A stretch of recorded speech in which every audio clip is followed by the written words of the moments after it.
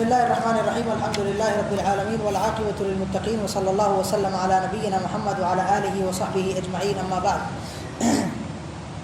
ہر قسم کی تعریف اللہ عز و جل کے لیے ہے۔ درود و سلام و اللہ کے تمام انبیاء کرام علیہم الصلاۃ والسلام پر، خصوصاً ہمارے اور آپ کے آخری نبی جناب محمد رسول اللہ صلی اللہ علیہ وسلم پر۔ میرے بھائیوں، بزرگوں اور دوستوں، اللہ کے فضل سے آج نماز تراویح میں سورہ یونس کی تلاوت کی گئی۔ سورہ یونس قرآن کریم کی ان صورتوں میں سے ہے جن کا ایک کے علاوہ کوئی اور نام معروف نہیں ہے، اور کسی صورت کا ایک ہی نام ہونا مفسرین کے نزدیک یہ اس بات کی واضح علامت ہے کہ وہ نام اللہ کے نبی صلی اللہ علیہ وسلم سے منقول ہے۔ اس صورت کو اللہ رب العالمین نے سورہ یونس اس وجہ سے کہا کہ اس میں اللہ رب العالمین نے یونس علیہ السلام کی قوم کا ذکر کیا۔ فلولا كانت قرية آمنت فنفعها ایمانها الا قوم یونس۔ اللہ رب العالمین نے قوم یونس کا ذکر یہاں پر اس وجہ سے کیا کہ پوری کی پوری قوم یکبارگی اسلام کے اندر داخل ہوئی تھی، اور یہ واحد قوم ایسی ہے جن پر عذاب کا فیصلہ ہو جانے کے بعد میں اللہ رب العالمین نے اپنی رحمت محضہ سے ان پر سے عذاب کو اللہ رب العالمین نے ٹال دیا۔ تو اللہ رب العالمین نے اس صورت کو سورہ یونس کہہ کے ہم میں سے ہر ایک کو توبہ کی، اللہ کی طرف انابت کی، رجوع کی دعوت دی ہے، اسی لیے اس کو سورہ یونس کہا گیا۔ میرے بھائیوں، اس صورت کا ایک محور اور مرکز یہ ہے کہ اللہ رب العالمین نے اس صورت کے اندر قرآن کے اعجاز کو، قرآن کے مقام کو، مرتبے کو اور قرآن کی عظمت کو کھول کھول کر بیان کیا ہے، اور کفار مکہ قرآن کریم سے متعلق جتنے اعتراضات کرتے تھے اللہ رب العالمین نے ان اعتراضات کو رکھ کر ان کی تفنید کی ہے۔ ساتھ ہی ساتھ اللہ رب العالمین نے قرآن کریم کے اعجاز کی 4 سے 5 وجوہات، اب دیکھیں عام طور پہ میں صرف 4-5 وجوہات آپ کے سامنے ذکر کروں گا، ورنہ اس صورت کے اندر اللہ رب العالمین نے وجوہ اعجاز کی 10 قسمیں ذکر کی ہے، لیکن ہمیں وقت اس بات کی اجازت نہیں دیتا۔ بہت مختصر انداز میں اللہ رب العالمین نے جن وجوہات اعجاز کو اس میں ذکر کیا ہے میں آپ کے سامنے رکھنے کی کوشش کروں گا۔ سب سے پہلی وجہ جو وجہ اعجاز ہے جسے اللہ رب العالمین نے اس صورت کے اندر ذکر کیا ہے، وہ ہے قرآن کریم کا انتہائی فصیح، انتہائی بلیغ اور انتہائی میٹھا اور چاشنی والا ہونا۔ اللہ رب العالمین نے اس کا ذکر سورہ یونس کی سب سے پہلی آیت اور دوسری آیت کے اندر کیا ہے۔ اللہ فرماتا ہے الف لام را تلک آیات الکتاب الحکیم اکان للناس عجبا ان اوحینا الى رجل منهم ان انذر الناس وبشر الذین آمنوا ان لهم قدم صدق عند ربهم قال الكافرون ان هذا لساحر مبین۔ اللہ رب العالمین نے فرمایا الف لام را، یہ کتاب حکیم کی آیات ہے۔ اس کے بعد اللہ رب العالمین نے کہا کہ کفار مکہ اس قرآن کی حلاوت، چاشنی، فصاحت و بلاغت کی وجہ سے اسے سحر سے تعبیر کرتے تھے کہ جو اسے سن لے وہ اس کے سحر میں گرفتار ہو جاتا تھا۔ اب میرے بھائیوں، بزرگوں اور دوستوں، جب قرآن کریم کی آیات حامیم تنزیل الکتاب من اللہ العزیز العلیم غافر الذنب وقابل التوب شدید العقاب ذی الطول لا الہ الا هو الیہ المصیر، جب یہ آیات نازل ہوئی تو ولید ابن مغیرہ کفار کا بڑا سردار شمار ہوتا ہے، اور اس کو ریحانۃ قریش کہا جاتا تھا۔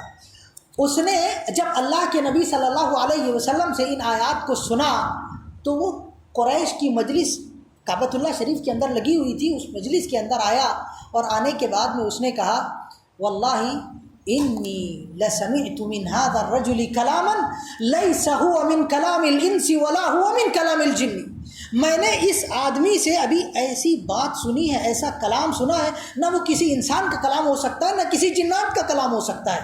وَإِنَّ لَهُ لَحَلَاوَةً وَإِنَّ عَلَيْهِ لَطَلَاوَةً وَإِنَّ لَأَعْلَاهُ مُثْمِرٌ وَإِنَّ لَأَسْفَلُهُ مُغْدِقٌ وَإِنَّهُ يَعْلُو وَلَا يُعْلَى عَلَيْهِ وَإِنَّهُ لَيْسَ مِنْ كَلَامِ الْبَشَرِ۔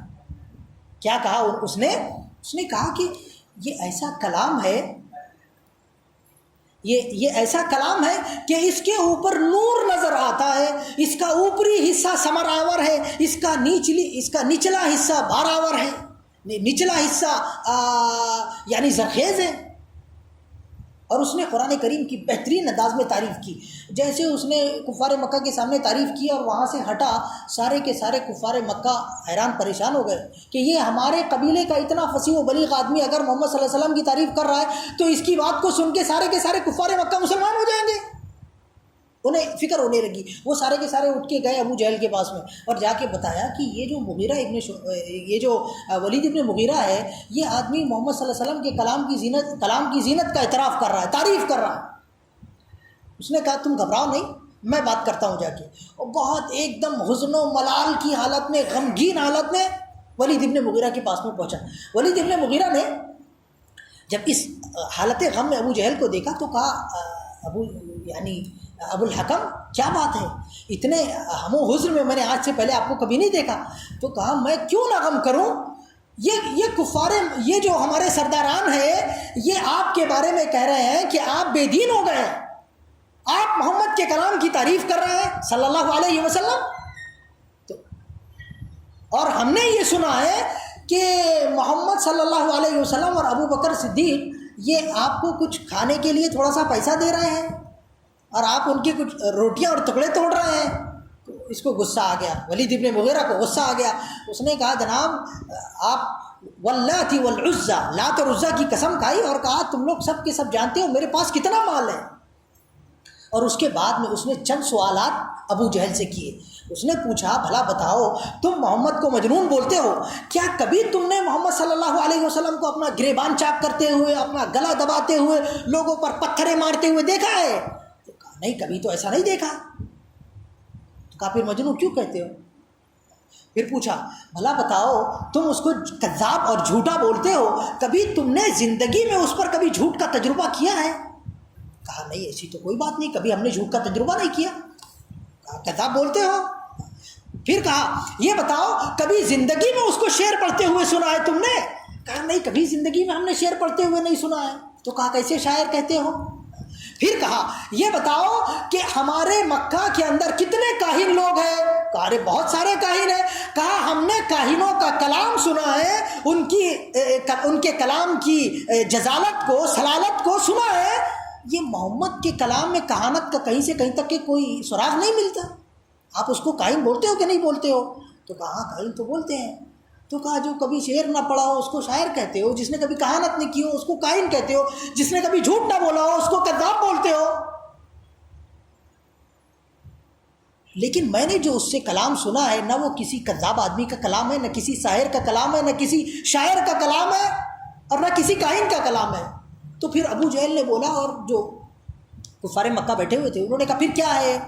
تو اس نے کہا کہ یہ ساحر کا کلام، یہ کلام کے اندر جادو ہے. اگر باپ اس کو سن لے تو بیٹے سے الگ ہو جاتا ہے، بیٹا سن لے تو باپ سے الگ ہو جاتا ہے، پورا خاندان ٹوٹ جاتا ہے. یہ جادو ہی ہو سکتا ہے. یہ کیا تھا میرے بھائیوں؟ یہ اس کلام کی فصاحت و بلاغت کا اور اس کلام کی حلاوت و تلاوت کا نتیجہ تھا. انہیں اعتراف تھا. ٹھیک ہے. تو اللہ رب العالمین نے سب سے پہلی وجہ اعجاز اس آیت میں یہ ذکر کی کہ قرآن کریم کی حلاوت و تلاوت اور قرآن کریم کی فصاحت و بلاغت کا اس زمانے کے بڑے سے بڑے فصیح و بلیغ بھی اعتراف کرتے. یہ پہلی وجہ ہے. اب اتنا اعتراف ہونے کے باوجود ان میں سے کسی کی یہ مجال نہیں ہوئی کہ وہ اللہ کے کلام جیسا کلام لے کے آ جائے. ٹھیک ہے. اس کے بعد میں دوسری وجہ اللہ رب العالمین نے ذکر کی، وہ ہے اس قرآن کے اندر غیب کی باتوں کا نقل کیا جانا. مطلب قیامت کے دن کیا ہونے والا ہے، قبر میں کیا ہونے والا ہے، میزان میں کیا ہوگا، پل صراط پہ کیا ہوگا، محشر میں کیا ہوگا، اللہ کا دیدار کیسے ہوگا.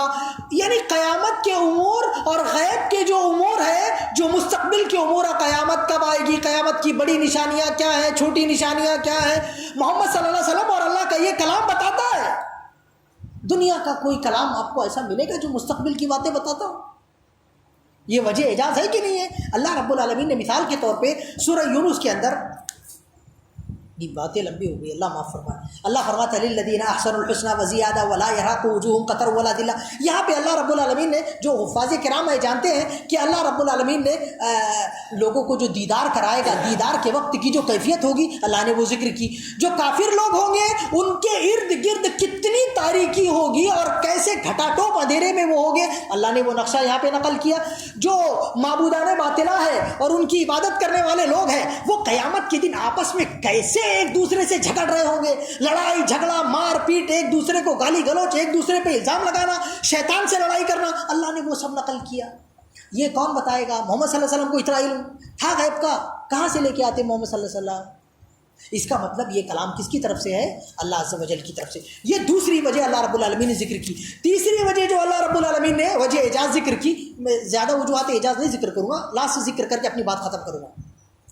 اللہ رب العالمین نے گزشتہ اقوام کے جو واقعات ہیں، حضرت نوح علیہ السلام کا واقعہ، حضرت ہود علیہ السلام کا واقعہ، صالح علیہ السلام کا واقعہ، موسیٰ علیہ السلام کا واقعہ، فرعون کا واقعہ، حامان کا واقعہ، قارون کا واقعہ، بہت ذوالقرنین کا واقعہ، بہت سارے لوگوں کے امم غابرہ ماضیہ کے بہت سارے قصص و واقعات اللہ رب العالمین نے اس کے اندر ذکر کیے۔ ابھی محمد صلی اللہ علیہ وسلم کہاں پہ موجود تھے؟ موسیٰ علیہ السلام کے زمانے میں، حضرت ابراہیم علیہ السلام کے زمانے میں، نوح علیہ السلام کے زمانے میں، آدم علیہ السلام کے زمانے میں کہاں پر تھے؟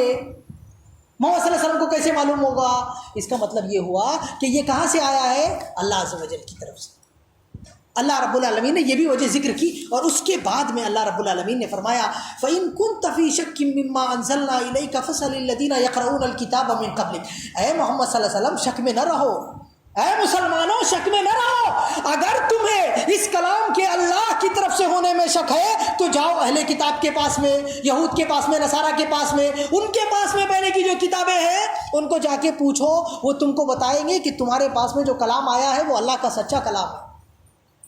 اسی لیے اللہ رب العالمین نے سورت کا اختتام اس بات کا یقین دلاتے ہوئے کیا کہ یہ اللہ کا کلام ہے۔ قُلْ يَا أَيُّهَا النَّاسُ قَدْ جَاءَكُمُ الْحَقُّ مِن رَّبِّكُمْ فَمَنِ اهْتَدَىٰ فَإِنَّمَا يَهْتَدِي لِنَفْسِهِ وَمَن ضَلَّ فَإِنَّمَا يَضِلُّ عَلَيْهَا۔ اے محمد صلی اللہ علیہ وسلم آپ لوگوں سے کہہ دو کہ یہ تمہارے پاس میں تمہارے رب کی طرف سے حق آ گیا ہے، اب جو ہدایت یاب ہوگا وہ اپنے آپ کے لیے ہدایت یاب ہوگا، جو گمراہ ہوگا وہ اپنے آپ کے لیے گمراہ ہوگا۔ اس کے بعد اللہ رب العالمین نے لوگوں کو چیلنج کیا اور فرمایا اللہ رب العالمین نے ام یقولون افترا قل فاتوا بسورۃ من مثلہ۔ اگر تم یہ کہتے ہو دنیا والوں کہ یہ کلام محمد صلی اللہ علیہ وسلم کا ہے یا محمد صلی اللہ علیہ وسلم نے لوگوں سے سن کے بتایا ہے، اللہ کا کلام نہیں ہے، تو اس جیسا ایک سورت، ایک آیت، ایک قرآن لا کے دکھا دو۔ آج تک کے کوئی مائی کا لال ایسا پیدا نہیں ہوا جو اس جیسی ایک آیت لے کے آ جائے، چہ جائے کہ ایک سورت لائے، چہ جائے کہ ایک قرآن کریم لے کے آ جائے۔ یہ اس بات کی دلیل ہے کہ یہ اللہ کا کلام ہے۔ سورہ یونس ہم سے اس بات کا مطالبہ کرتی ہے کہ ہم اس کلام کے اللہ کا کلام ہونے پر یقین کریں، اسے اپنے سینے پہ رکھیں، اپنی آنکھوں پہ سجائیں اور اس کو اپنی زندگی کا عملی نمونہ بنائیں، اور لوگوں کے ساتھ میں سامنے جا کے ڈنکی کی چوٹ پہ کہیں ھذا کلام ربی، یہ میرے رب کا کلام ہے، ایمان لے آؤ اس پر۔